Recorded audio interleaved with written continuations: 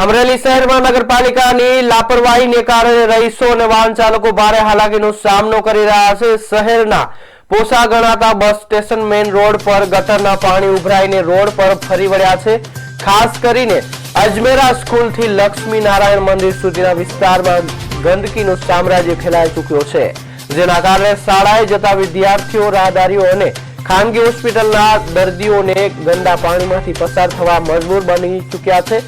સ્થાનિકોના જણાવ્યા અનુસાર તંત્રને વારંવાર રજૂઆત કરવા છતાં કોઈ કામગીરી કરવામાં આવી નથી। આ સ્વચ્છતાના નામે લાખો રૂપિયાનો ધુમાડો કરનાર આવતા હોય છે, ત્યારે વાસ્તવિક પરિસ્થિતિ કંઈક અલગ જ જોવા મળી રહી છે। લોકોમાં ભારે રોષ જોવા મળી રહ્યો છે અને આક્ષેપ થઈ રહ્યું છે કે પાલિકાના વિકાસના કામો માત્ર કાગળ પર જ સીમિત છે। ગટરના પાણીથી રોગચાળો ફેલાવાની ભીતિ વચ્ચે લોકો